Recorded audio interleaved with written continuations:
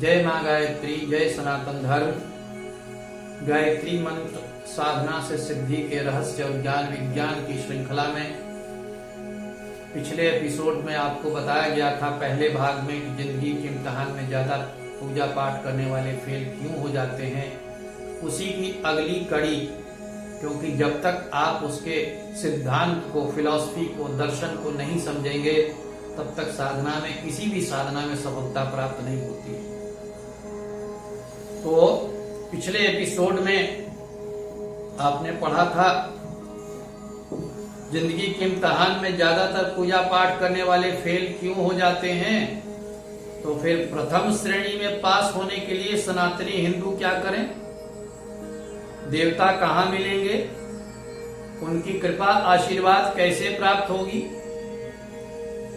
पिछले एपिसोड में आपने सुना कि पूजा पाठ, व्रत, उपवास, तीर्थ यात्रा, मठ मंदिरों के दर्शन से देवी देवताओं की कृपा आशीर्वाद प्राप्त होने के पीछे औसत का नियम, लॉ ऑफ एवरेजेस काम करता है।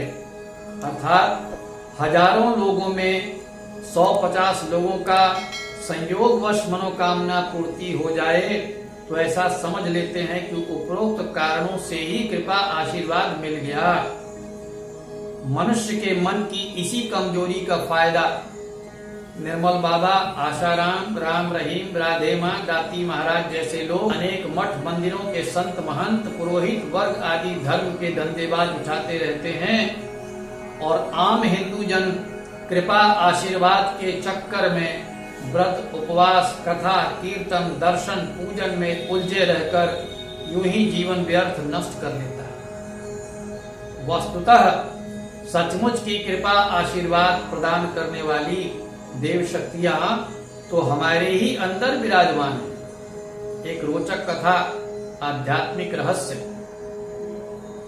पुराणों में एक प्रसंग आता है कि जब देवासुर संग्राम में देवता सदैव पराजित हो जाते थे तो देवराज इंद्र को यह सुझाव दिया गया कि किसी महातपस्वी की हड्डियों का वज्र बनाकर युद्ध लड़ने पर ही असुरों पर विजय प्राप्त की जा सकती है। उस समय के महान तपस्वी महर्षि दधीच के पास देवराज इंद्र गए और देवासुर संग्राम में विजय प्राप्त करने के लिए महर्षि दधीच से आशीर्वाद स्वरूप उनकी हड्डियों का दान मांगा। महर्षि दधीच ने समाधि लगाकर अपने प्राण त्याग दिए और उनकी हड्डियों को लेकर देवराज इंद्र चले गए। उसका वज्र बनाकर उन्होंने वृत्रासुर का वध कर असुरों पर विजय प्राप्त की।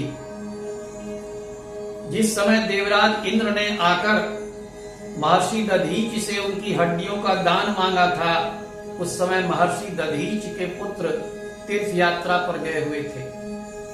कुछ समय पश्चात जब वे तीर्थ यात्रा से लौटे और पिता की मृत्यु का कारण देवराज इंद्र द्वारा पिता की हड्डियों का दान वज्र बनाने के लिए मांगने की जानकारी मिली तो वे अत्यंत क्रोधित हो गए। उन्होंने संकल्प किया कि मैं प्रचंड तप करूंगा और सभी देवताओं को जलाकर भस्म कर दूंगा, और वे वन में इस निमित्त घोर तपश्चर्या में लगे। कुछ समय बाद उनकी तपश्चर्या के परिणाम स्वरूप ब्रह्मा जी प्रकट हो गए और ऋषि पुत्र से कहा, वत्स वर मांगो। ऋषि पुत्र का उत्तर था, प्रभु यदि आप मुझ पर प्रसन्न हैं तो समस्त देवताओं को जलाकर भस्म कर दें। वत्स, ये तुम क्या मांग रहे हो, यह कदापि संभव नहीं है। ऋषि पुत्र का आग्रह था, प्रभु मुझे इसके अतिरिक्त और कोई वरदान नहीं चाहिए। तपस्वी ऋषि पुत्र की जिद पूरी करना संभव नहीं था। ब्रह्मा जी अंतर्ध्यान हो गए। ऋषि पुत्र की घोर तपस्या इस निमित्त चलती रही कि देवताओं को जलाकर भस्म कर देना है। कुछ समय बाद उनकी तपस्या से विवश हो ब्रह्मा जी फिर प्रकट हुए। वत्स, तुम्हारी तपस्या से हम प्रसन्न हैं, वर मांगो। ऋषि पुत्र का वही उत्तर था, प्रभु यदि आप मुझ पर प्रसन्न हैं तो समस्त देवताओं को जलाकर भस्म कर दें। वत्स, ये तुम क्या मांग रहे हो, यह कदापि संभव नहीं है। ऋषि पुत्र का आग्रह था, प्रभु मुझे इसके अतिरिक्त और कोई वरदान नहीं चाहिए। यह सुनकर ब्रह्मा जी फिर अंतर्ध्यान हो गए इधर ऋषि पुत्र की तपस्या चलती है। एक बार फिर विवश होकर ब्रह्मा जी को प्रकट होना ही पड़ा। शायद ऋषि पुत्र ने अपनी जिद छोड़ दी हो, शायद उसके विचार बदल गए हों, पर जैसे ही ब्रह्मा जी ने वर मांगने को कहा, ऋषि पुत्र ने फिर वही मांग दोहरा दी। यदि आप मेरी तपस्या से प्रसन्न हैं, वर देना ही चाहते हैं, तो समस्त देवताओं को जलाकर भस्म कर दीजिए। इस बार ब्रह्मा जी अंतर्ध्यान नहीं हुए, बोले एवमस्तु, अर्थात ऐसा ही हो। ब्रह्मा जी के ऐसा कहते ही ऋषि पुत्र के शरीर का तापमान बढ़ने लगा, गर्मी से माथे पर पसीना चमकने लगा। ऐसा प्रतीत हुआ जैसे तेज बुखार का प्रकोप हो।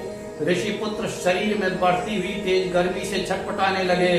घबरा कर ब्रह्मा जी से बोले, प्रभु ये क्या हो रहा है, मेरे शरीर में यह आग सी क्यों लग गई है?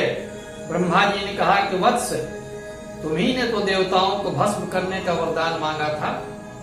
सभी देवताओं का वास तुम्हारे शरीर में ही तो है। उनके भस्म होने के साथ साथ ही तुम्हारा यह शरीर भी तो भस्म होगा। ऋषि पुत्र अवाक थे यह सुनकर। तेज गर्मी अब जैसे उनके शरीर को जैसे भस्म करने ही वाली हो। आज के समाज में जहर घोल करके सनातन हिंदू धर्म, देवी देवताओं का उपहास करने वाले, अपमान करने वाले जो लोग हैं, अगर वो ये सोचते हैं कि वे सनातन धर्म की परंपरा को, देव शक्तियों का मान्य कर रहे हैं, तो ये उनके विनाश की सोचने वालों का स्वयं विनाश होता हुआ चला जाएगा। इस घटना से इसमें शिक्षा मिलती है। छटपटाते हुए ऋषि पुत्र अवाक थे यह सुनकर। तेज गर्मी अब जैसे उनके शरीर को जैसे भस्म करने ही वाली हो। छटपटाते हुए बोले, प्रभु अपना वरदान वापस ले लीजिए, मुझे नहीं चाहिए ये वरदान। देवताओं के नष्ट होने पर यदि मुझे भी नष्ट होना ही है, तो कृपा कर अपना ये वरदान वापस ले लीजिए, मेरी रक्षा कीजिए। ब्रह्मा जी ने मुस्कुराते हुए कहा, एवमस्तु, ऐसा ही हो। ऋषि पुत्र की जलन शांत होने लगी। महर्षि दधीच के पुत्र को यह समझ में आ चुका था कि समस्त देव शक्तियों का वास हमारे ही भीतर है। श्री सत्य सनातन धर्म के पालन से हमारे भीतर स्थित देवत्व का जागरण होता है, उन्हें पोषण मिलता है, तो हमारा भी सर्वांगीण विकास होता है। जबकि पाप, अधर्म, अनाचार से देवताओं के देवत्व के विनाश के साथ साथ उस व्यक्ति समुदाय का विनाश भी अवश्यंभावी है। इससे यह सिद्ध होता है कि जिन देवी देवताओं से हम कृपा, आशीर्वाद, मनोकामना पूर्ति चाहते हैं, वे हमारे ही भीतर हैं। हमें उन्हें ही जगाना होगा, उनकी ही विधिवत उपासना, आराधना करनी होगी, न कि धर्म के धंधेबाजों, ठेकेदारों के लच्छेदार बातों में उलझकर दर दर भटकने की। इस कथा का आध्यात्मिक रहस्य आप अगले एपिसोड में सुनेंगे। जो गायत्री साधना आप नियमित विधिवत करना चाहते हो, व्यवहारिक मार्गदर्शन आपको चाहिए, हमारे गायत्री साधना से सिद्धि व्हाट्सएप ग्रुप का नंबर आपके स्क्रीन पर दिखाई दे रहा है। आप अपना नाम तथा जिले का नाम लिख करके मैसेज करेंगे तो आपको गायत्री साधना से सिद्धि ग्रुप में ऐड कर लिया जाएगा और उसमें नियमित आपको साधनात्मक मार्गदर्शन मिलेगा, ताकि नियमित विधिवत गायत्री साधना हमारे मार्गदर्शन में करते हुए आपके जीवन में, आपके परिवार में सुख, शांति, समृद्धि, सौभाग्य, वृद्धि हो।